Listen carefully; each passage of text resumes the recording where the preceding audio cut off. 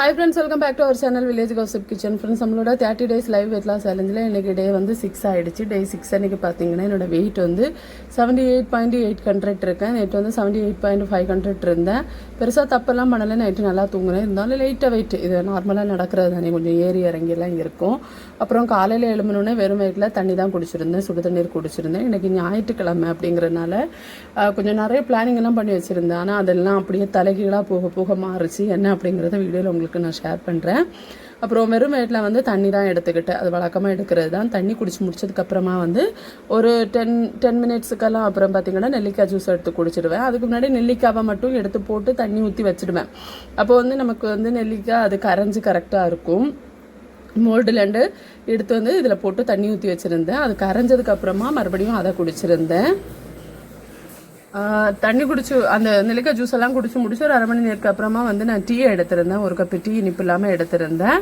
Recent டேஸாக பார்த்தீங்கன்னா உண்மையாக சொன்னால் நான் என்னோட ஸ்கின், என்னோட ஹேர், என்னோட உடம்பு எதையுமே கவனிக்கிறது கிடையாது. ஃபுல் டைம் வந்து நான் வேறு ஏதோ யோசனையிலேயே சிந்தனையிலேயே இருக்கிற மாதிரி இருக்கும். ஃபேமிலி ஃபுல்லாக, அம்மா, குழந்தைங்களுக்கு உடம்பு முடியாமல் போகிறது, இந்த மாதிரி இதை பற்றியே யோசிச்சுட்டு இருந்துட்டு என்னோட ஸ்கின் ஹேர்னு எல்லாம் ஏஜ் வேறு 30+ ஆகிடுச்சா, ஃபுல்லாக எல்லாமே ஸ்பாயில் பண்ண ஆரம்பிச்சிட்டேன். இனிமேலாவது கொஞ்சம் வந்து சரி பண்ணலாம், அவங்க கொஞ்சம் நல்லா ஆவாங்க, நமக்காக நம்ம கொஞ்சம் டைம் ஸ்பெண்ட் பண்ணலான்னு பார்த்தா அதுக்கெல்லாம் வாய்ப்பே இல்லை அப்படிங்கிற மாதிரி இருக்குது. மொட்டை மாடியில் வந்து நாங்கள் ஒரு ட்ராகன் ஃப்ரூட் ஒன்று வச்சுருந்தோம். போன சீசனில் வந்து ஒன்று கிடச்சிச்சு. நல்லா பெரிய சைஸில் ஒயிட் கலரில் இருந்துச்சு. உள்ள டேஸ்ட்டு சூப்பராக இருந்துச்சு. இந்த சீசன்லேயும் அதே மாதிரி ஒரு மொட்டு வந்துச்சு, ஒரு பூவாச்சு. அதுக்கப்புறம் பார்த்தீங்கன்னா ரொம்ப குட்டியாக இருந்துச்சு. இல்லை எதனாலேன்னு தெரில, உரம் சரியாக போடலையா இல்லை தண்ணி இது பண்ணலையா, எதனாலேன்னு தெரில. சின்னதாக ஒரு கேடு கூட, ஒரு சின்னதாக ஒரு ஏதோ ஒரு இது கூட வந்துருந்துச்சு. அதுக்கப்புறம் 3 வேறு ரெட் கலர் என் ஃப்ரெண்ட் ஒருத்தவங்க கொடுத்துருந்தாங்க. அது வேறு 3 வச்சுருந்தேன், தனியாக இருக்குது. அது கூட வந்து 2 நாளாக சின்னதாக நைட்டு கொஞ்சம் மழை வேற பெஞ்சிருந்துச்சு. அதனால் மேலெல்லாம் கொஞ்சம் தண்ணி கட்டி இருந்துச்சு. சக்கு வந்து கூடவே வந்துட்டா. மேலே வந்து தண்ணி அந்த மொட்டை மாடியை பார்த்தோன்னா அவள் ரொம்ப ஹாப்பி ஆகிட்டா. சுற்றி சுற்றி பார்க்க பசுமையாக இருக்கா. எங்களுக்கு கீழே வந்து அவ்வளோவா இடம் இருக்காது. மேலே வந்து கொஞ்சம் பார்க்குறதுக்கு அவள் கொஞ்சம் உற்சாகம் ஆகிட்டா. ஒரே சத்தம். மொட்டை மாடியிலேருந்து அவள் கொஞ்சம் நேரம் விளையாடிட்டே இருந்தா. காலையில் இந்த மாதிரி நல்லா தான் விடிஞ்சுது.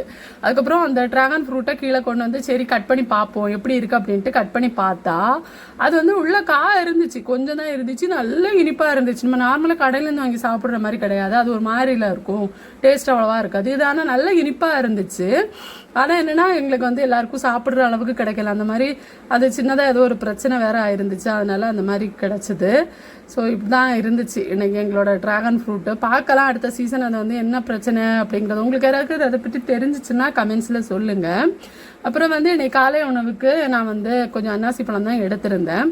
இது கூட சாப்பிட்ணுன்னு தோணலை. ஏன்னா பாப்பாவுக்கு வந்து எழும்புறப்பவே ஒரே வந்து வாந்தியும் எல்லாமே ரொம்ப முடியாமல் இருந்துச்சு. ஏதோ ஃபுட் பாய்சன் ஆகிருக்கு. நைட்டு அவள் ஃப்ரைட் ரைஸ் எல்லாம் செஞ்சு சாப்பிட்ருந்தா. அவளே செஞ்சு சாப்பிடுவா. 7th படிக்கிறா. அவள் தான் செஞ்சு சாப்பிட்ருந்தா.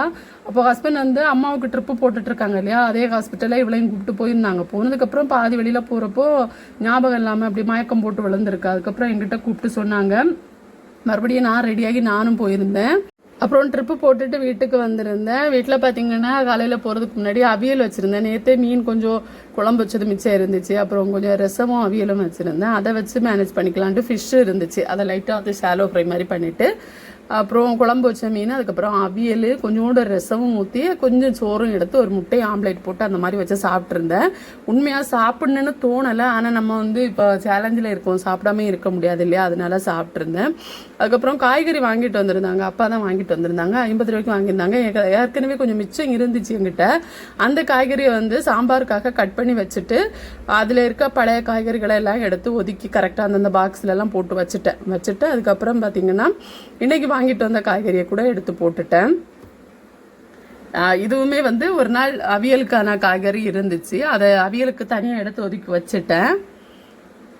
இப்போ சாம்பாருக்கு வந்து காய்கறி கட் பண்ணி எடுத்து அதையும் தனியாக ஒதுக்கி வச்சுட்டேன்.